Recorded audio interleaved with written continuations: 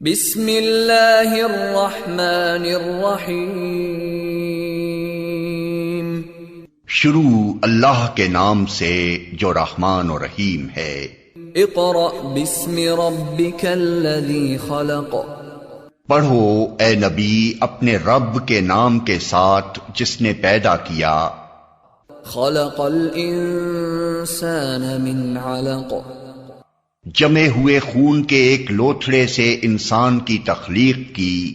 इक़रा व रब्बुकल अकरम। पढ़ो और तुम्हारा रब बड़ा करीम है। अल्लज़ी अल्लम बिल क़लम। जिसने कलम के जरिए से इल्म सिखाया। अल्लमल इंसान मा लम यअलम। इंसान को वो इल्म दिया जिसे वो न जानता था। Assalamualaikum. We start our class with the name of Allah who is most beneficent and merciful.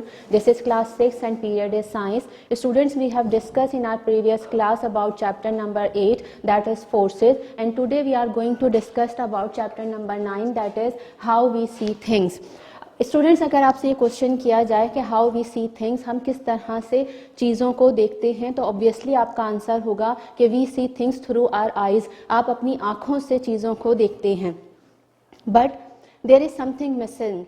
Eyes are sense organ. Eyes sense organ है। आपने पढ़ा होगा 5 सेंस ऑर्गन्स होते हैं जिनसे कि हम सेंस कर रहे होते हैं। तो eyes are sense organ. Eyes हमारे सेंस ऑर्गन हैं। इसके साथ हमें लाइट की नीड होती है। अगर आप किसी रूम में जाते हैं और वहाँ डार्कनेस हो, वहाँ पर बिल्कुल अंधेरा हो, तो आपके पास आइज़ तो हैं लेकिन फिर भी आप वहाँ मौजूद चीज़ों को नहीं देख सकते हैं। जब आप लाइट ऑन करते हैं फिर आप उन चीज़ों को ऑब्जर्व कर सकते हैं, उन चीज़ों को देख सकते हैं। तो इट मीन्स कि light is necessary to see things. चीज़ों को देखने के लिए हमें लाइट की ज़रूरत होती है। आइज़ हमारे सेंस ऑर्गन हैं जो उस लाइट को सेंस करते हैं और चीज़ों को देखने के लिए हमें लाइट की नीड होती है। So light is a form of energy. What is light? Light is a form of energy that enable us to see things, जिसके ज़रिए से हम चीज़ों को देख सकते हैं। तो हमें चीज़ों को देखने के लिए आइज़ के साथ साथ लाइट की नीड भी होती है। हम डार्कनेस में चीज़ों को नहीं देख सकते हैं। जहाँ अंधेरा होता है वहाँ हमें देखने में प्रॉब्लम आ रही होती है, डिफ़िकल्टी फेस करनी पड़ रही होती है। So light is a form of energy that enable us to see things. कुछ हमारे पास इस तरह की मटेरियल्स हैं, इस तरह की थिंग्स होती हैं जो लाइट को प्रोड्यूस कर रही होती हैं, और कुछ चीज़ें ऐसी होती हैं जो लाइट को प्रोड्यूस नहीं करती हैं। जिस तरह से हम देखें लैंप यूज़ करते हैं, लाइट के लिए हम लैंप यूज़ करते हैं, टॉर्चेस यूज़ कर रहे होते हैं, बैटरी लाइट यूज़ कर रहे होते हैं, या फिर हम अगर इलेक्ट्रिसिटी से देखें तो हम फिर बल्ब या फिर इस तरह ट्यूबलाइट यूज़ कर रहे होते हैं। तो ये वो चीज़ें जो लाइट को प्रोड्यूस करती हैं वो सोर्सेज ऑफ लाइट कहलाती हैं। अगर हम देखें सन है, sun is a biggest source of light. Sun से हमें लाइट मिल रही होती है। इसी तरह स्टार से हमें लाइट मिलती है। और अगर आप देखें तो जब बिजली चमकती है, जब लाइटनिंग होती है, उस वक्त भी हमें लाइट अवेलेबल होती है, उससे भी हमें लाइट मिल रही होती है। इसी तरह से कुछ एनिमल्स ऐसे होते हैं जिनकी बॉडी से लाइट प्रोड्यूस होती है। वो थिंग्स, वो मटीरियल जो लाइट को प्रोड्यूस करते हैं, they are called as sources of light.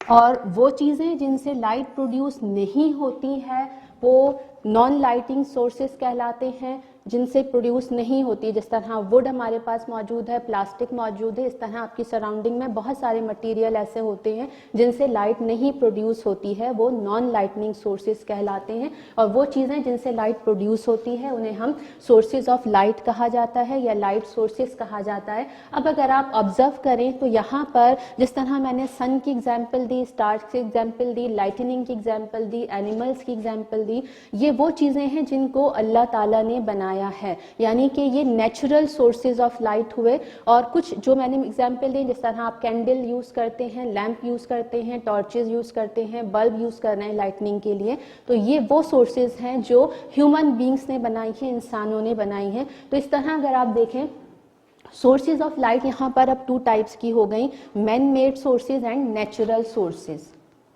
अगर मैन मेड सोर्सेज में आप देखेंगे, man-made sources of light, इसमें हमारे पास क्या एग्जाम्पल्स आ जाएंगी? टॉर्चेस, बल्ब्स, लैम्प्स,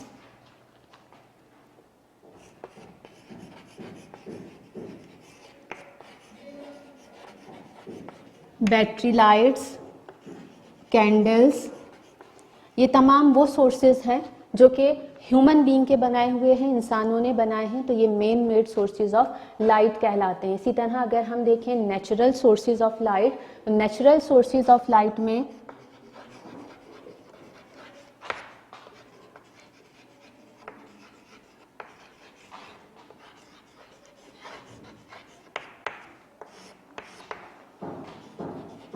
सन, स्टार्स, लाइटनिंग, और इसी तरह से सम एनिमल्स हैं जिनकी बॉडी से लाइट प्रोड्यूस होती है। सम इंसेक्ट्स, कुछ कीड़े ऐसे हैं जिनकी बॉडी से लाइट प्रोड्यूस हो रही होती है। So they are called as natural sources of light. ये बात हो गई कि लाइट क्या है। Light is a form of energy which enable us to see things, जिसके ज़रिए से हम चीज़ों को देखते हैं, और अगर लाइट नहीं हो तो हम चीज़ों को नहीं देख सकते हैं। फिर आपसे डिस्कस किया सोर्सेज ऑफ लाइट, वो चीज़ें जिनसे लाइट प्रोड्यूस होती है उन्हें सोर्सेज ऑफ लाइट कहा जाता है, और कुछ चीज़ें ऐसी भी हैं जिनसे कि लाइट प्रोड्यूस नहीं होती है, वो नॉन लाइट सोर्सेज कहलाते हैं।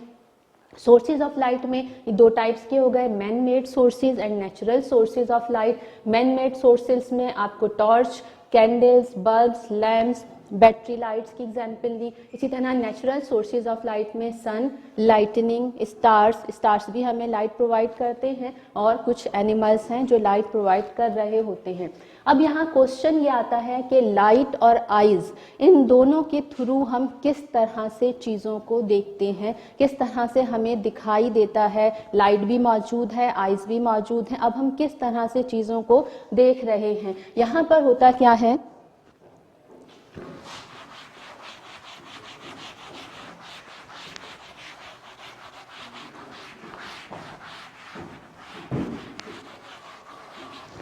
अगर हम एग्जाम्पल लें सन की, sun is a natural source of light. ये नेचुरल सोर्स है लाइट का, या हम स्टार्स लेते हैं, कोई भी अगर हम सोर्स ऑफ लाइट लेते हैं जिससे कि लाइट निकल रही है, अब हमें ये किस तरह से दिखाई दे रहा है। यहाँ से जो लाइट रेस पास हो रही हैं, लाइट रेस स्ट्रेट लाइन में पास होती हैं। यहाँ से ये किस तरह ट्रैवल करेंगी, एक स्ट्रेट लाइन में ट्रैवल करेंगी। यहाँ पर आई अगर मैं ड्रॉ कर दूँ, यहाँ आई मौजूद है, आप यहाँ से देख रहे हैं और आपको सन नज़र आ रहा है, तो आपको किस तरह से सन नज़र आ रहा है कि सन से लाइट आ रही है स्ट्रेट लाइन में। ये स्ट्रेट लाइन में हमारी आँख के अंदर ये लाइट आती है, और फिर हमें ये ऑब्जेक्ट नज़र आ रहा है जो लाइटनिंग ऑब्जेक्ट है, जैसे मैंने यहाँ सन ड्रॉ किया है। तो ये जो लाइटनिंग ऑब्जेक्ट है, सोर्स ऑफ लाइट है, ये हमें इस तरह से दिखता है। यानी जितने भी सोर्सेज ऑफ लाइट हैं, चाहे वो कैंडल हो, मेन मेड हो, या नेचुरल सोर्सेज हैं, अगर कैंडल है या बल्ब है या टॉर्च है या स्टार्स हैं, जितनी भी आपको एग्जांपल दी, सन मौजूद है, ये हमें किस तरह दिखता है, किस तरह से दिख रहा है कि यहाँ से स्ट्रेट लाइन में लाइट रेस पास होती हैं। ये स्ट्रेट लाइन में पास होकर हमारी आई के अंदर जाती हैं। आई के अंदर हमारे पास सेंसरी सेल्स मौजूद होते हैं, और वो सेंसरी सेल इसकी इमेज फॉर्म करते हैं, और इस तरह से हमें ये चीज़ नज़र आती है। जो भी लाइट सोर्सेज हैं वो हमें नज़र आ रहे हैं। किस तरह नज़र आ रहे हैं, स्ट्रेट लाइन आ रही है, यहाँ से जो लाइट रे है वो स्ट्रेट लाइन की फॉर्म में पास होती है, आई के अंदर जाती है, आई के अंदर सेंसरी सेल्स होते हैं जो यहाँ पर इमेज फॉर्म करते हैं, और फिर वो हमें नज़र आता है। अब वो चीज़ें जिनमें से लाइट प्रोड्यूस नहीं होती हैं वो हमें किस तरह से नज़र आती हैं, कि जिसमें से लाइट प्रोड्यूस नहीं हो रही वो हमें किस तरह नज़र आएगी। सपोज करें कि यहाँ पर हमारे पास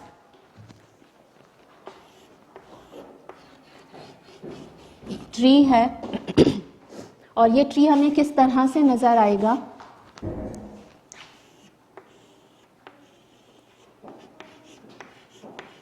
ये ट्री मौजूद है, ये हमें किस तरह से दिखेगा। ये जो सोर्स ऑफ लाइट है सन यहाँ मौजूद है, कोई सा भी सोर्स ऑफ लाइट है, यहाँ से स्ट्रेट लाइन में रे आ रही है, ये जो लाइट है स्ट्रेट लाइन में पास होती है, आकर ये किससे टकराती है, इस ट्री से जब ये टकराती है, टकराने के बाद ये यहाँ से वापस जाती है, इसकी डायरेक्शन चेंज हो जाती है और ये डायरेक्शन चेंज किस तरह करता है, जिस एंगल से आकर ये टकराएगी उसी एंगल से ये लाइट यहाँ से वापस चली जाती है। और वापस जाने के बाद अगर आपकी आई इधर यहाँ मौजूद है, हम यहाँ से देख रहे हैं, जब यहाँ से ये वापस जाएगी, बाउंसेस ऑफ होगी, बाउंस करने के बाद ये हमारी आई के अंदर जाएगी और आई के अंदर जब ये लाइट जाएगी तो यहाँ पर जो सेंसरी सेल्स हैं वहाँ इमेज फॉर्मेशन होगी और इमेज फॉर्मेशन के बाद हमें ये ऑब्जेक्ट यानी ये ट्री हमें नज़र आ जाएगा। This process of bouncing of the light is called as reflection of light.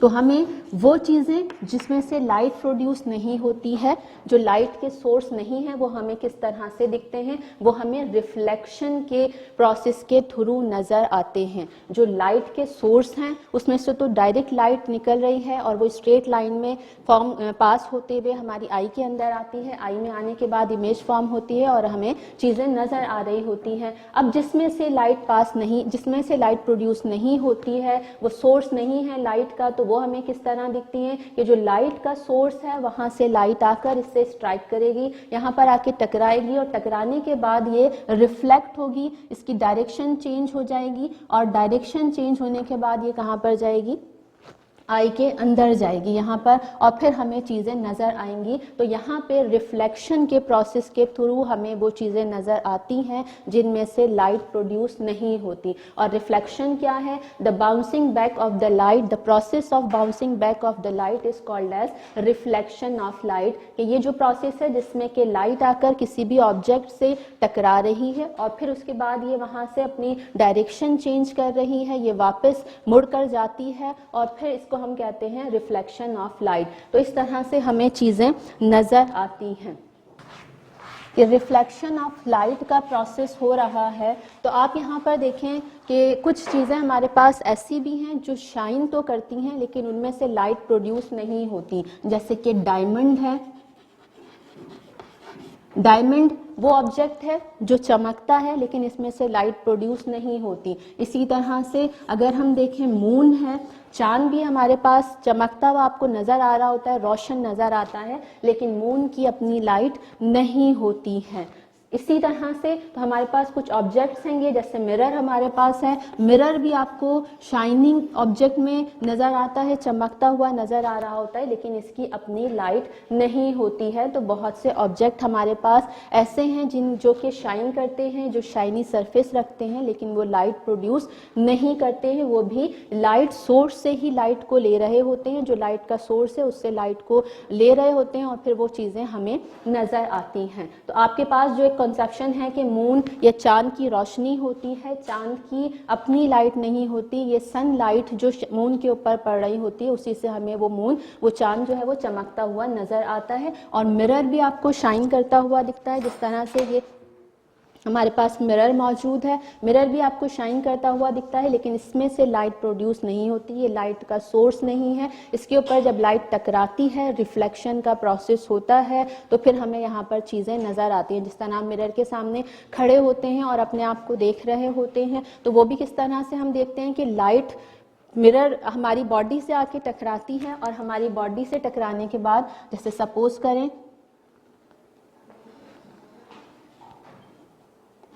ये ऑब्जेक्ट है और यहाँ पर सोर्स ऑफ लाइट है, अगर आप इसे सन कह लीजिए, या यहाँ पर किसी भी तरह का बल्ब मौजूद है और यहाँ आपके पास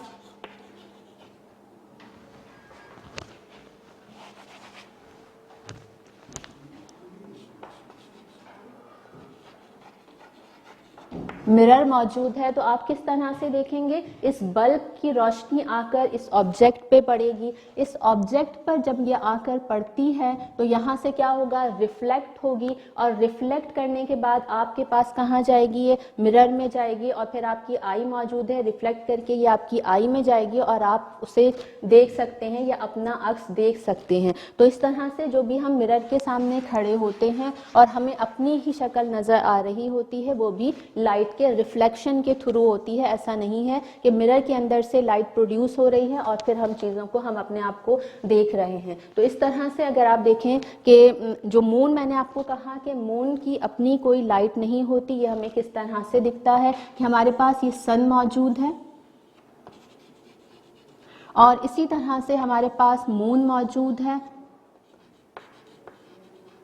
और हम कहाँ पर रह रहे हैं, अर्थ पे रह रहे हैं। मैंने अर्थ को का साइज बिग ड्रॉ किया है, जबकि आपको पता है सन का साइज बड़ा होता है, लेकिन सन हमसे बहुत दूर होता है, इसलिए वो हमें छोटे साइज का नजर आ रहा होता है। अब हमें ये मून चमकता हुआ किस तरह से दिखता है कि यहाँ पर जो सन से रेज निकल रही हैं वो रेज स्ट्रेट लाइन में कहाँ जाएगी, इस मून पर जाएगी। मून से ये क्या करेगी, टकराएगी, रिफ्लेक्शन का प्रोसेस होगा और फिर लाइट रिफ्लेक्ट होकर कहाँ पर आएगी, अर्थ पर आएगी, और अर्थ पर जितने भी लोग मौजूद हैं उनकी आईज में जब ये लाइट जाती है तो फिर हमें चांद चमकता हुआ दिखाई देता है, जबकि मून की अपनी कोई लाइट नहीं होती है। सन की लाइट की वजह से ही ये हमें शाइनिंग करता हुआ, चमकता हुआ दिखाई देता है। तो इस तरह जो सन रेज हैं वो मून से टकराती हैं, चांद से टकराने के बाद ये रिफ्लेक्ट होती हैं और रिफ्लेक्ट होने के बाद ये अर्थ पर आती है, और अर्थ पर ज़मीन पर मौजूद जितने भी लोग हैं, इंसान हैं, जानवर हैं, इनकी आईज में जब ये लाइट पास होती है तो फिर उन्हें चांद चमकता हुआ दिखाई देता है। इसी तरह से हम अर्थ पर मौजूद हैं, हमें मून नजर आ रहा है, हमें चांद नजर आ रहा है। अब जो मून पर अगर कोई भी मौजूद है तो उसको भी अर्थ दिखाई देगी, वो भी जमीन को देख सकता है। वो किस तरह से देखेगा कि हमारे पास इसी तरह अगर हम ड्रॉ करें, ये सन मौजूद है,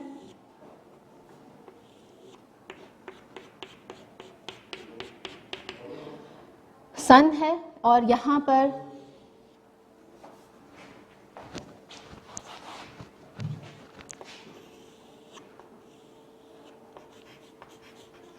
मून है, और इसी तरह हमारे पास यहाँ अर्थ है।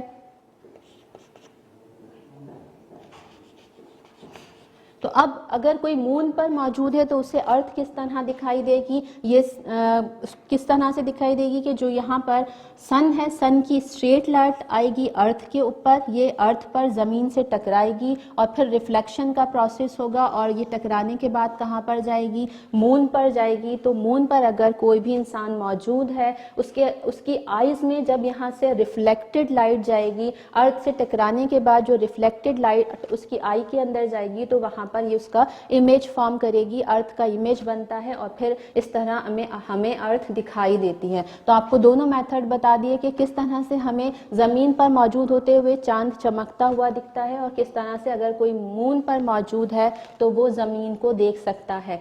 अब आपको समझ में आ गया होगा कि हम किस तरह चीज़ों को देखते हैं, by the process of reflection. Reflection के थ्रू हम चीज़ों को देख सकते हैं। लाइट टकराती है, टकराने के बाद वो वापस मुड़ जाती है और उसकी डायरेक्शन चेंज हो जाती है, एंगल चेंज हो जाता है और फिर हमें वो चीज़ें नज़र आ रही होती हैं। अब हमारे पास कुछ मटेरियल्स ऐसे भी होते हैं जिनसे लाइट इजीली पास हो जाती है। जैसे अगर मैं आपको ये दिखाऊं कि हमारे पास ये पीस ऑफ ग्लास है, इस ग्लास के पीस से क्या होगा कि यहाँ से जो लाइट आ रही है वो इस ग्लास के थ्रू इजीली पास हो जाएगी, इसके अंदर से गुजर कर चली जाएगी। और अब आपको ये बिल्कुल क्लियर नज़र आ रहा है, आप इसके आर पार देख सकते हैं वो ऑब्जेक्ट जिसमें से लाइट पास हो जाती है, तमाम लाइट पास हो जाती है, कोई भी प्रॉब्लम नहीं होती, उन ऑब्जेक्ट को ट्रांसपेरेंट मटीरियल्स कहा जाता है।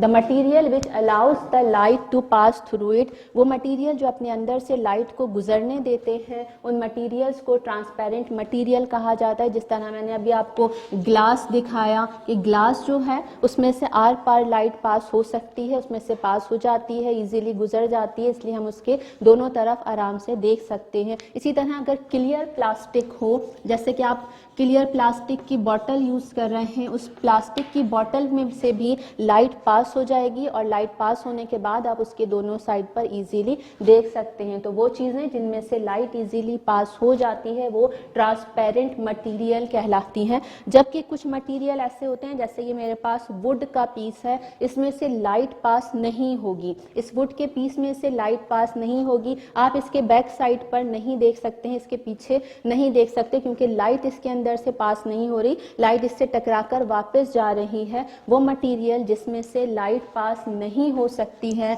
उन मटेरियल्स को ओपेक ऑब्जेक्ट्स या ओपेक मटेरियल्स कहा जाता है। इसकी एग्जाम्पल क्या हो जाएगी? वुड है, वुड में से कोई भी अगर लकड़ी का पीस है या फिर आपके पास कोई बुक है, आपके पास जितने भी ऐसे मटेरियल मौजूद हैं जिसमें से कि लाइट पास नहीं हो सकती है, उसके आर पार नहीं जा सकती है, उन मटेरियल को हम ओपेक मटेरियल्स कहते हैं।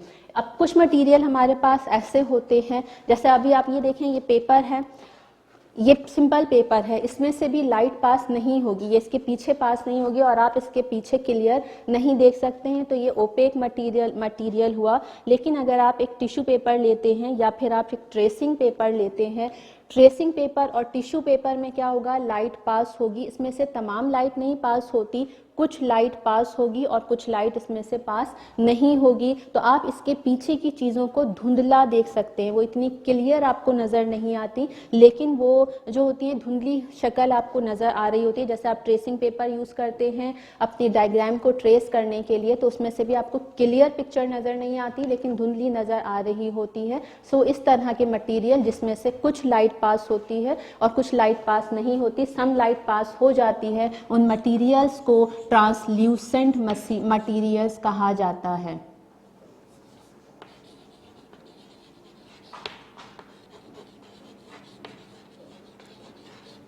वो मटीरियल जिसमें से सम लाइट पास हो रही है वो ट्रांसल्यूसेंट मटीरियल कहलाते हैं। For example tissue paper, tracing paper, ये वो मटेरियल हैं जिसमें से कि सम लाइट पास हो रही है, कुछ लाइट पास होती है, कुछ लाइट नहीं पास होती। तो वो मटेरियल, वो ऑब्जेक्ट जिसमें से कंप्लीटली लाइट पास हो रही है, तमाम लाइट पास हो जाती है, उसके आर पार गुजर जाती है, उन्हें हम ट्रांसपेरेंट मटेरियल कहते हैं। For example glass and clear plastic. और वो मटेरियल जिसमें से बिल्कुल भी लाइट पास नहीं होती है, उन्हें हम ओपेक मटेरियल्स कहते हैं। For example would and aluminium foil. Aluminium foil जो हम कुकिंग में यूज़ कर रहे होते हैं, उसमें से भी लाइट पास नहीं होती है, वो भी एक ओपेक मटेरियल है। और वो मटेरियल जिसमें से सम लाइट पास हो रही है उन्हें हम ट्रांसल्यूसेंट मटेरियल कहते हैं। For example tissue paper and tracing paper. अब यहाँ पर जो भी हम सेटअप लगाते हैं वहाँ पर हम एक डिवाइस भी लगाते हैं जो उस लाइट की ब्राइटनेस को डिटेक्ट कर रही होती है। तो वो डिवाइस जो कि लाइट की ब्राइटनेस को चेक करती है उसे हम लाइट सेंसर कहते हैं।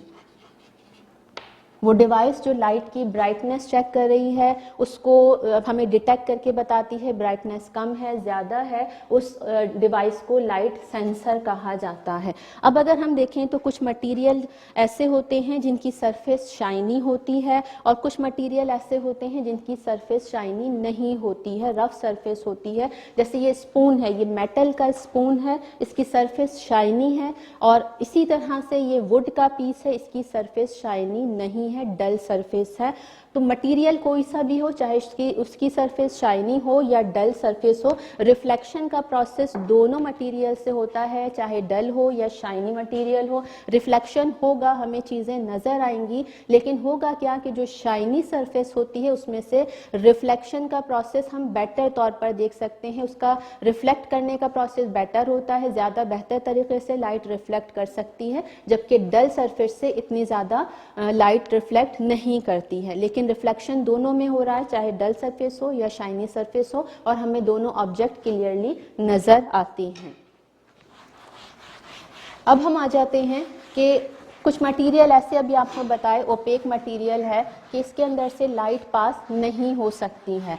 अब जब लाइट पास नहीं होगी तो फिर क्या होगा, अभी आपको बताया कि लाइट स्ट्रेट लाइन में ट्रैवल करती है। सपोज करें यहाँ पर एक कैन मौजूद है, कोल्ड ड्रिंक का यहाँ पर ये कैन मौजूद है।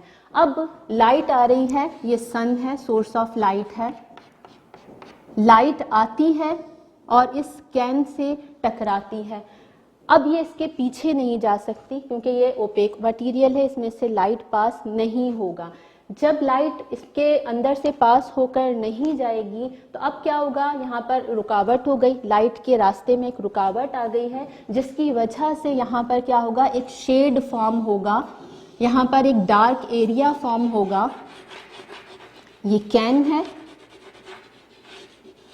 और इस कैन के ऊपर जब लाइट रे टकराती है, रोशनी की रे आके टकराती है, इसमें से पास नहीं हो सकती है, तो अब यहाँ पर इसके साथ एक डार्क एरिया फॉर्म होता है। इस डार्क एरिया को हम शैडो कहते हैं। This dark area is called as shadow. तो शैडो क्या हुआ, shadow is a dark area which is formed when the light is not passing completely और partially। अगर कुछ लाइट पास हो रही है जब भी शेडो फॉर्म होता है, और अगर लाइट बिल्कुल भी पास नहीं हो रही है जब भी शेडो फॉर्म होता है। और शेडो होता क्या है, एक डार्क एरिया होता है जो लाइट के पास ना होने की वजह से बनता है। आपने अपना भी शेडो देखा होगा, अपना भी साया देखा होगा, और वो भी क्या होता है, एक डार्क एरिया होता है। शेडो की जो पोजीशन है और लेंथ है वो चेंज होती रहती है। अब आप देखें, अगर राइट साइड पर सोर्स ऑफ लाइट मौजूद है, ये राइट साइड पर अगर सोर्स ऑफ लाइट है तो शेडो कहाँ पर फॉर्म होगा, लेफ्ट साइड पर फॉर्म होगा। और अगर इसी को अगर मैं चेंज कर दूं कि सोर्स ऑफ लाइट अगर लेफ्ट साइड पर होगी तो फिर शेडो कहाँ पर फॉर्म होगा, शेडो इसके राइट साइड पर फॉर्म होगा। तो इस तरह से सोर्स ऑफ लाइट की पोजीशन चेंज होने की वजह से जो शेडो जो बन रहा है, जो साया बनता है, उसकी भी पोजीशन चेंज होती है। तो लेंथ एंड पोजीशन चेंज होती है किसकी वजह से, सोर्स ऑफ लाइट की पोजीशन की वजह से। सोर्स ऑफ लाइट है, उसकी पोजीशन चेंज हो रही है तो शेडो भी चेंज हो रहा है। राइट साइड पर अगर सोर्स ऑफ लाइट है तो शेडो लेफ्ट साइड पर फॉर्म होगा, और अगर लेफ्ट साइड पर सोर्स ऑफ लाइट मौजूद है तो शेडो राइट साइड पर फॉर्म होता है। और इसी तरह से अगर हम देखें कि बिल्कुल ऊपर मौजूद है, ये कैन है और इस कैन के ऊपर यहाँ पर सोर्स ऑफ लाइट मौजूद है जस्ट अबव द ऑब्जेक्ट, तो फिर इसका शेडो कहाँ पर फॉर्म होगा, इसके आसपास ही, अराउंड ऑब्जेक्ट के अराउंड आसपास ही यहाँ पर इसका शेडो फॉर्म हो जाएगा। ठीक है, तो इस तरह शेडो क्या हुआ, डार्कर एरिया है जो कब फॉर्म होता है, जब लाइट कंप्लीटली या पार्शियली पास नहीं हो पाती है, उस वक्त एक डार्क एरिया फॉर्म होता है ऑब्जेक्ट का, और उस डार्क एरिया को हम शेडो कहते हैं। शेडो की लेंथ और position, length and position of shadow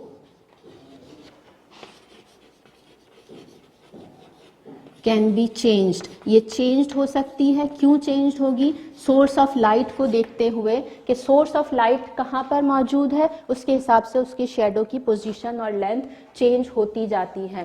जिस तरह से आप देखें कि मॉर्निंग टाइम पर जो हमारा साया बनता है उसकी लेंथ ज़्यादा होती है, और इसी तरह अगर हम देखें नाइट टाइम पर भी जो हमारा साया बनता है, जो शेडो बनता है, उसकी लेंथ लंबी होती है, और जबकि नून पर दोपहर के टाइम पर जो हमारा साया बनता है उसकी लेंथ इतनी नहीं होती, वो हमारी बॉडी के आसपास ही वो शेडो फॉर्म हो रहा होता है, क्योंकि उस वक्त जो सन है, जो सोर्स ऑफ लाइट है, वो बिल्कुल हमारे ऊपर मौजूद होता है। इस वजह से वो शेडो अपनी ही जगह पर बन रहा होता है।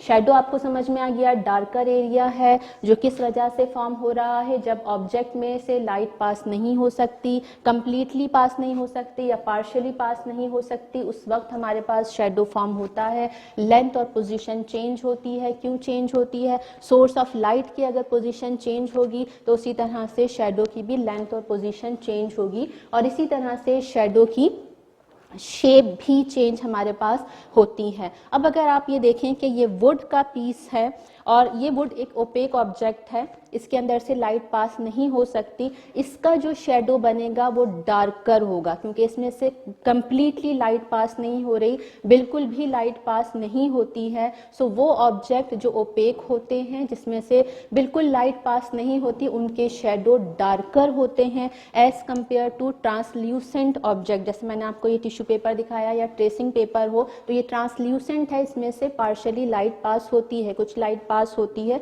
तो इसका जो शेडो बनेगा वो इतना डार्कर नहीं होगा जितना कि इस वुड के पीस का शेडो डार्कर होगा। तो ये तमाम चीजें भी मैटर करती हैं कि साया किस तरह से बनता है, शेडो कैसे फॉर्म होता है।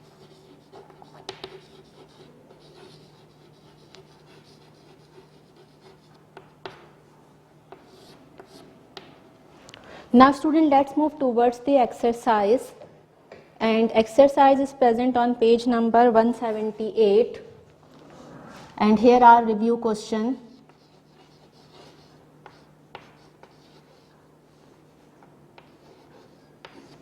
Review question number 1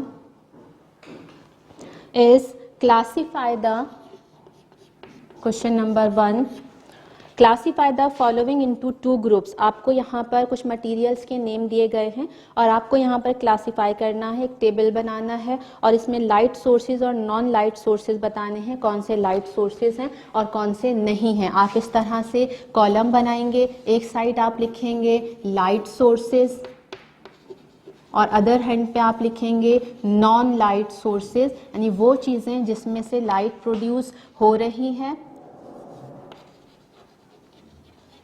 और वो चीज़ें जिसमें से लाइट प्रोड्यूस नहीं होती है, उनको आपको यहाँ से सेपरेट करना है। स्टार कहाँ पर आ जाएगा? लाइट सोर्सेज में आ जाएगा, स्टार से लाइट प्रोड्यूस होती है। मून नॉन लाइट सोर्सेज है, मून से लाइट प्रोड्यूस नहीं होती। सन लाइट सोर्सेज है। इसी तरह से आप देखें तो अर्थ कहाँ पर आ जाएगा? नॉन लाइट सोर्सेज में आ जाएगा। मिरर नॉन लाइट सोर्स है, आपको बताया था मिरर आपको शाइन करता हुआ ज़रूर नज़र आता है, लेकिन मिरर से लाइट प्रोड्यूस नहीं होती है। इलेक्ट्रिक टॉर्च, जो टॉर्च है इससे लाइट प्रोड्यूस होती है, ये लाइट का सोर्स है। डायमंड हमारे पास, इसमें से भी लाइट प्रोड्यूस नहीं होती है। टेबल लैंप, लैंप हमारे पास किस में आ जाएगा? लाइट सोर्स में। इसी तरह फायरफ्लाई, फायरफ्लाई क्या है? एक बर्ड है जिसमें से लाइट प्रोड्यूस होती है। जिस तरह आपको बताया था कुछ इंसेक्ट होते हैं, फायरफ्लाई एक इंसेक्ट है जिसमें से क्या होती है? लाइट प्रोड्यूस होती है। बॉय, बॉय में से लाइट प्रोड्यूस नहीं होती है। बर्निंग कैंडल, कैंडल किस में आती है? कैंडल भी जब आप ग्लो करते हैं, कैंडल को आप लेट अप करते हैं तो फिर यहाँ पर लाइट प्रोड्यूस होती है। तो लाइटनिंग कहाँ पर आ जाएगी? लाइट सोर्सेज में। टेबल और कहाँ पर आएगा? ये नॉन लाइट सोर्सेज में आ जाएगा टेबल। क्वेश्चन नंबर 2 की तरफ चलते हैं। क्वेश्चन नंबर 2 क्या है?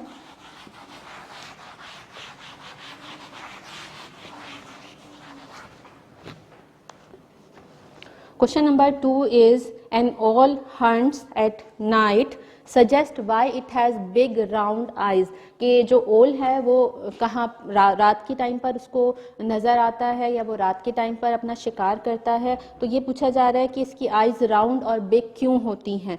राउंड और बिग क्यों होती हैं? ताकि उसके अंदर ज़्यादा से ज़्यादा लाइट की रेज रिफ्लेक्ट हो सके, ज़्यादा से ज़्यादा लाइट की रेज उसके अंदर से पास हो सकें और उसको देखने में आसानी हो। Number 3 is draw arrows to represent light rays to show how the eye can see the fire and the tree। Question number 3 में आपके पास एक तरफ ट्री बना हुआ है, ये आपके पास ट्री है और ट्री के बाद यहाँ पर आपके पास फायर है, कुछ लकड़ियाँ हैं जो जल रही हैं और इन लकड़ी से फायर बन रहा है और फिर आपके पास यहाँ आई ड्रॉ हुई हुई है। अब आपको यहाँ एरो लगाना है कि किस तरह से आपको ट्री नज़र आएगा। तो हमें किस तरह से नज़र आएगा कि पहले ये जो फायर है यहाँ से लाइट रे निकलेगी और ये लाइट रे निकलने के बाद कहाँ पर जाएगी? ट्री पर जाएगी। ट्री पे जाने के बाद यहाँ इसकी रिफ्लेक्शन होगी और ये रिफ्लेक्ट करके कहाँ पर जाएगी? आई के अंदर जाएगी और इस तरह से हमें ट्री नज़र आएगा। तो आपको यहाँ पर क्या करना है, इस तरह से एरोज बनाने हैं कि यहाँ से जो लाइट है ये लाइट जा रही है ट्री पर, आपने एक एरो इधर बनाया और फिर दूसरा कहाँ पर जाएगा? ये रिफ्लेक्ट करेगी और फिर ये कहाँ पे चली जाएगी? आई के अंदर चली जाएगी। क्वेश्चन नंबर 4 में भी आपको इसी तरह से एरो बनाने। Draw 3 arrows in the diagram below to show how the torch light is reflected by the mirrors before entering the eye. किस तरह से आपको यहाँ पे एरो बनाने हैं कि किस तरह से आई के थ्रू हम टॉर्च को देख सकते हैं।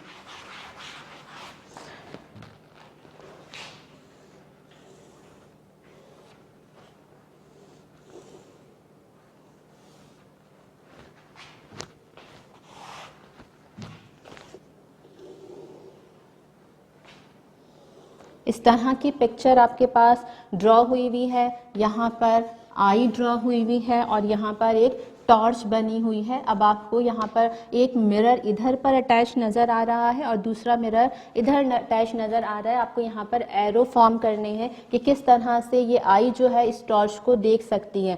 टॉर्च से लाइट रे पास होगी, इस मिरर से टकराएगी, मिरर से टकराने के बाद ये रिफ्लेक्ट होगी और जब ये रिफ्लेक्ट होगी तो ये जो दूसरा मिरर मौजूद है यहाँ पर ये टकराएगी और फिर टकराने के बाद ये रिफ्लेक्ट होगी और इसकी रे कहाँ जाएगी? आई के अंदर पास होगी, आई के अंदर जाएगी और वहां पर टॉर्च की इमेज बनेगी। तो इस तरह आपको 3 एरोज ड्रॉ करने के लिए कहे गए थे। 1, 2 और 3 एरो हम इस तरह से इस क्वेश्चन में ड्रॉ कर देंगे। क्वेश्चन नंबर 5 है the photograph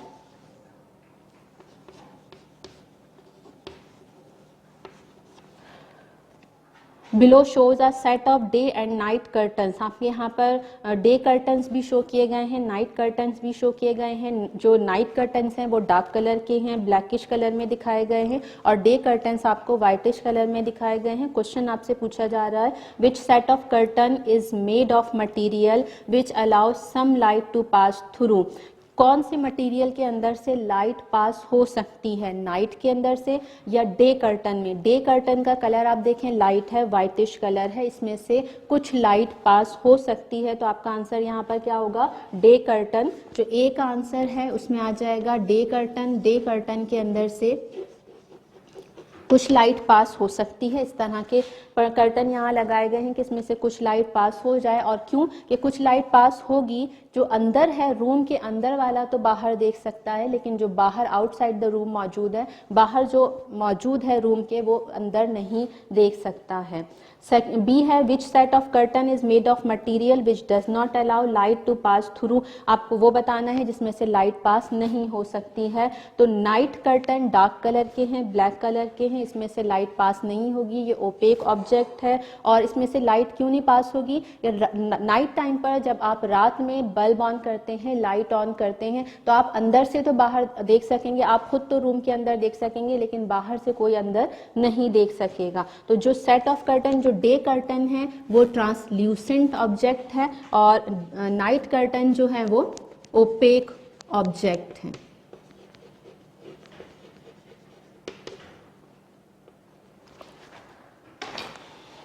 Question number 6 is, question number 6 में आपसे क्या पूछा जा रहा है? Look at the windows in your classroom. अपने क्लासरूम में मौजूद विंडो को देखना है। क्वेश्चन नंबर ए है, what material is use to make the window. Window बनाने के लिए कौन सा मटेरियल यूज किया जाता है? ग्लास मटेरियल यूज किया जाता है। ए के आंसर में आप लिख देंगे ग्लास। बी है, do the windows in your class allow most of the light, some of the light और no light at all to pass through them. कि अब ये जो ग्लास मटेरियल है ये क्या ज़्यादा से ज़्यादा लाइट को पास होने देता है, या कुछ लाइट को पास होने देता है, या बिल्कुल भी लाइट को पास होने नहीं देता है? तो ग्लास आपको बताया था ट्रांसपेरेंट मटेरियल है और ये मोस्ट ऑफ द लाइट को पास होने देता है।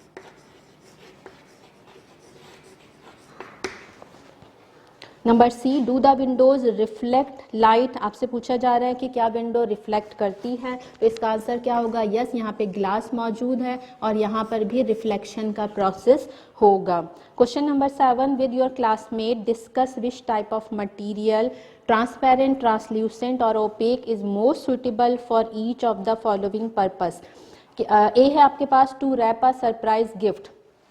अब आप सरप्राइज गिफ्ट को रैप करने जा रहे हैं तो उसको किस मटेरियल से रैप करेंगे? ओपेक से, ट्रांसपेरेंट से या फिर ट्रांसल्यूसेंट से? तो आपको पता है जब आप रैप करते हैं तो किस तरह रैप करते हैं कि अंदर का मटेरियल नज़र ना आए, तो आप उसके लिए कौन सा मटेरियल यूज़ करेंगे? ओपेक मटेरियल यूज़ करेंगे, क्योंकि ओपेक मटेरियल में से लाइट पास नहीं होगी और जब लाइट नहीं पास होगी तो अंदर जो भी गिफ्ट मौजूद है वो नज़र नहीं आएगा। बी है, to wrap a text book so that the title can be clearly seen. कि आपको अपनी बुक को कवर करना है, और कवर किस तरह करना है कि जो बुक का टाइटल है वो आपको नजर आना चाहिए।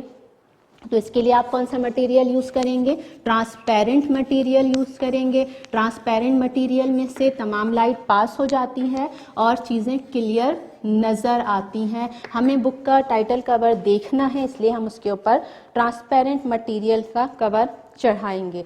नंबर सी है, to make a lamp shade so that the light from the lamp is not too glaring.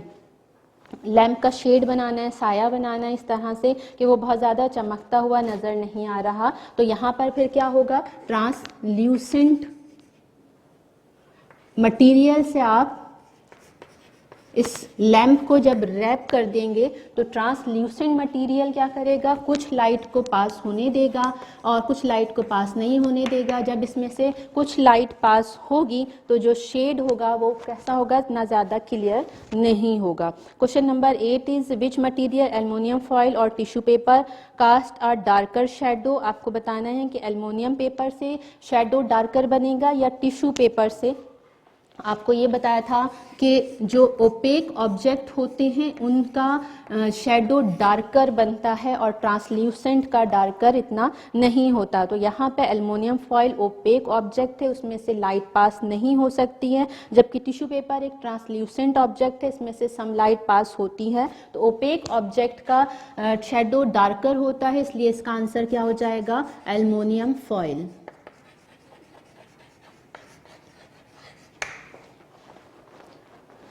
अब हम आ जाते हैं think about it, page number 178। Page number 178 पर ही देखें आप, थिंक अबाउट इट मौजूद है। ओके।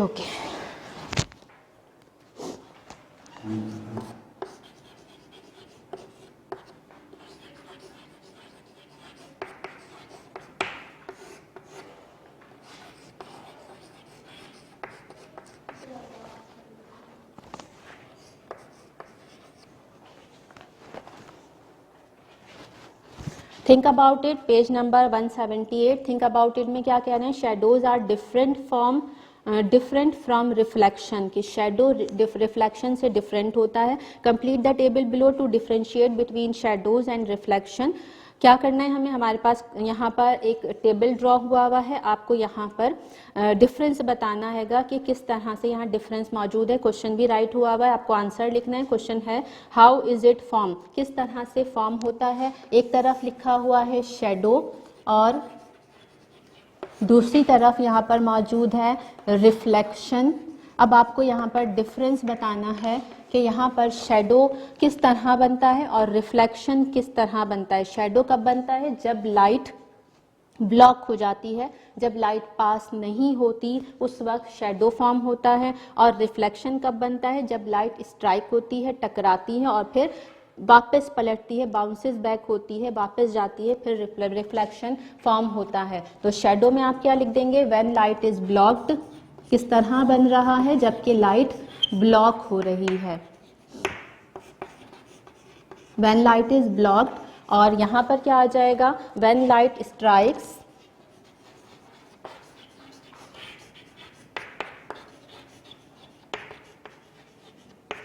एंड किससे टकराएगी?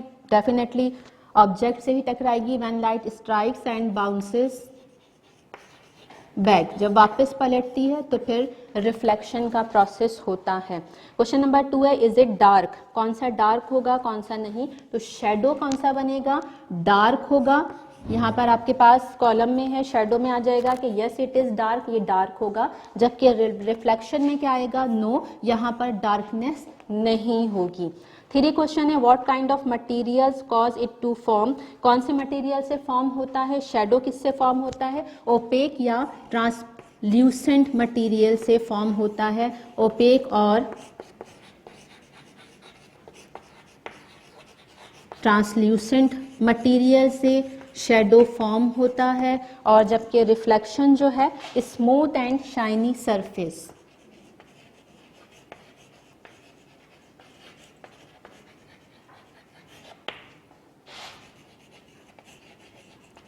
स्मूथ एंड शाइनी सरफेसेस से रिफ्लेक्शन फॉर्म होता है।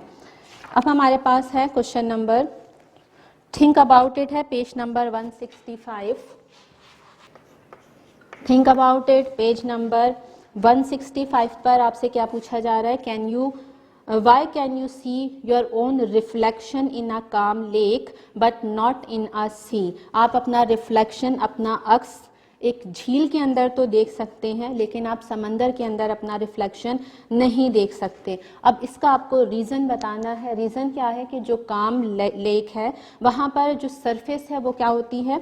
स्मूथ होती है। जब स्मूथ सरफेस है, स्मूथ सरफेस हो और शाइनी सरफेस हो तो वहाँ पे रिफ्लेक्शन ज़्यादा अच्छा होता है और हमें अपना अक्स नज़र आएगा रिफ्लेक्शन के प्रोसेस के बाद। जबकि जो समंदर है वो वहाँ पर सरफेस स्मूथ नहीं होती, रफ सरफेस होती है। क्यों रफ होती है? वहाँ वेव्स फॉर्म होती हैं। वेव्स की फॉर्मेशन की वजह से समंदर की सरफेस रफ होती है और रफ सरफेस पर फिर लाइट इतनी अच्छी रिफ्लेक्ट नहीं होती है। तो झील में हम अपना अक्स इसलिए देख सकते हैं क्योंकि सरफेस स्मूथ है और स्मूथ होने की वजह से रिफ्लेक्शन ऑफ लाइट का प्रोसेस प्रॉपरली होता है और हमें अपना रिफ्लेक्शन नज़र आता है। जबकि हम समंदर पर रफ सरफेस की वजह से अपना रिफ्लेक्शन नहीं देख सकते हैं। Try it out, page number 162।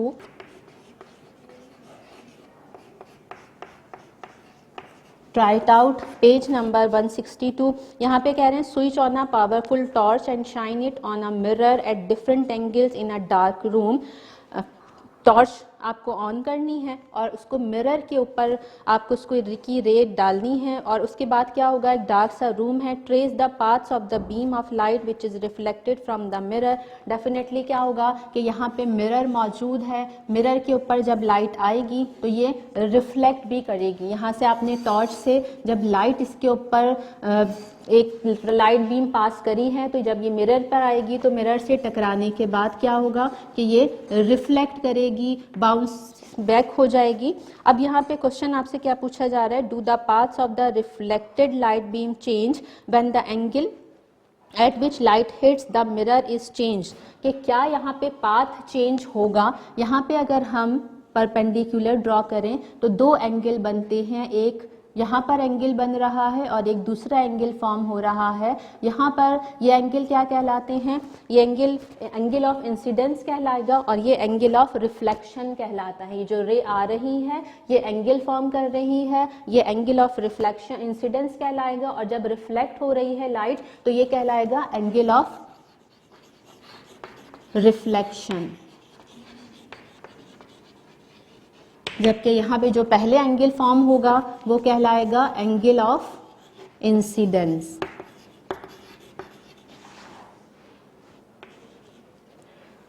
अब यहाँ पे आपसे क्वेश्चन ये किया जा रहा है कि क्या अगर आप एंगल ऑफ इंसिडेंस चेंज करेंगे तो एंगल ऑफ रिफ्लेक्शन चेंज होगा या नहीं चेंज होगा। ऑब्वियसली चेंज होगा। जब आप ये वाला एंगल चेंज करेंगे तो यहाँ पे जो रिफ्लेक्टेड एंगल है वो भी चेंज होगा, और अगर आप इस एंगल से इसको यहाँ पर स्ट्राइक करेगी लाइट तो इसका जो रिफ्लेक्टेड एंगल है वो भी चेंज हो जाएगा। दोनों एंगल, अगर एक एंगल आप चेंज करते हैं तो दूसरा एंगल भी खुद ब खुद चेंज हो जाएगा। तो यहाँ पर आंसर क्या हो जाएगा? Yes, the path of the reflected light beam changed when the angle of incidence is change. जब इंसिडेंस चेंज होगा तो एंगल ऑफ रिफ्लेक्शन भी चेंज होगा। अगर आप इसको मजीद इस तरह से करेंगे तो ये मजीद क्या होगा कि ये एंगल इस तरह फॉर्म हो रहा है और ये एंगल इस तरह फॉर्म हो रहा है। तो जब भी आप एंगल ऑफ इंसिडेंस चेंज करेंगे तो एंगल ऑफ रिफ्लेक्शन भी चेंज हो जाएगा। This is all about chapter number 9। Now note down homework.